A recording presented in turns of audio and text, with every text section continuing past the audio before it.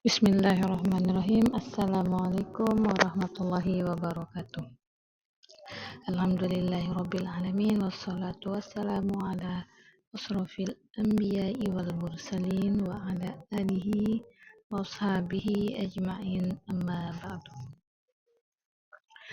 Nah, anak-anakku yang ibu banggakan, yang ibu serta ibu cintai, pada kesempatan kali ini kita akan belajar pada bab 3, yaitu materi tentang menghadirkan sholat dan zikir dalam kehidupan. Ya, yang pertama itu ada makna sholat dan zikir. Pada kesempatan kali ini, makna sholat. Sholat adalah kewajiban utama dalam Islam yang merupakan rukun kedua untuk menjalin hubungan langsung dengan Allah.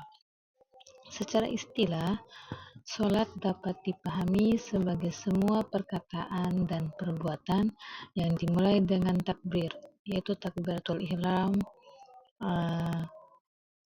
ruku, terus i'tidal, sujud, duduk di antara dua sujud, serta diakhiri dengan salam. Di sini ada makna sholat sebagai komunikasi. Sholat bukan hanya serangkaian gerakan, tetapi juga dialog langsung dengan Allah. Dalam setiap rakaat, kita dapat merasakan kedekatan spiritual yang mendalam dan menemukan ketenangan dalam fokus dan khusyuk. Proses ini mengajarkan disiplin dan ketulusan dalam beribadah. Yang selanjutnya, makna zikir. Zikir adalah cara untuk mengingat Allah Subhanahu wa Ta'ala sebagai upaya untuk mendekatkan diri padanya. Kita diperintahkan untuk selalu berzikir kepadanya dengan mengagungkan kekuasaan dan kebesarannya agar terhindar dari kesombongan. Makna zikir dalam kehidupan sehari-hari. Yang pertama, zikir sebagai pengingat. Zikir membantu kita mengingat Allah dalam aktivitas harian kita. Nah, yang kedua, ada sumber ketenangan. Zikir memberikan ketenangan hati yang diperlukan saat kita menghadapi tantangan, masalah, dan lain sebagainya. Yang ketiga, ada praktik zikir sederhana. Contohnya zikir yang dapat dipraktikkan sehari-hari seperti istighfar dan tasbih. Ya, terus pelaksanaan zikir. Zikir dapat dilaksanakan dengan mudah tanpa persiapan dan waktu yang khusus. Seorang muslim bisa memanfaatkan waktu yang luang untuk berzikir.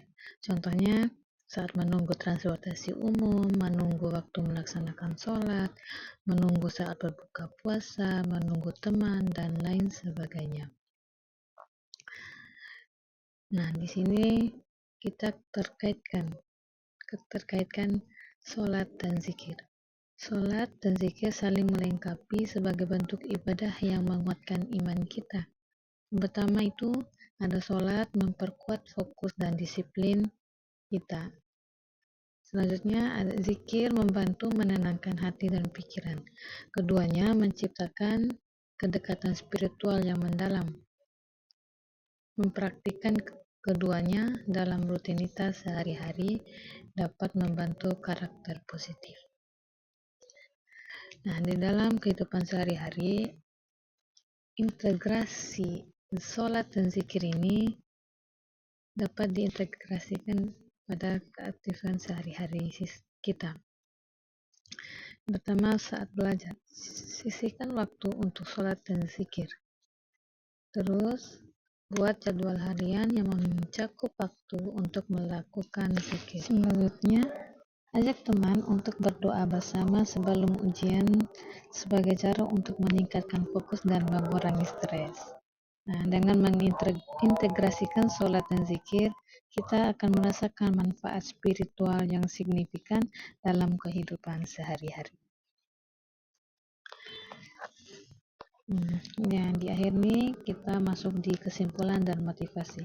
Ibu akan membacakan sebuah hadis sebagai motivasi kita, yaitu dalam sebuah hadis dituturkan pula bahwa Rasulullah SAW bersabda, orang yang mengajarkan sholat tetapi sholatnya tidak dapat mencegah dirinya dari perbuatan keji dan mungkar, maka sholatnya tersebut tidak akan menambah sedikit pun kepadanya kecuali ia bertambah jauh dari Allah. Hadis riwayat Ibnu Jarir dari Ismail bin Muslim bin Al-Hasan. Nah, hadis yang kedua yaitu berupa dari Ibnu Abbas dan Mujahid memberikan penafsiran, wala zikrullahi akbar, mengingat Allah itu adalah lebih besar, dengan uraian hadis yang menjelaskan Allah Subhanahu wa Ta'ala ingat terhadap hambanya lebih banyak dibandingkan dengan hamba mengingatnya dan menaatinya.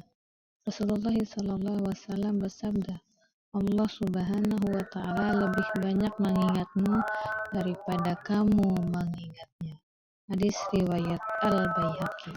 Nah, sampai di sini dulu materi yang Ibu paparkan untuk materi pertama ya. Terima kasih. Wassalamualaikum warahmatullahi wabarakatuh.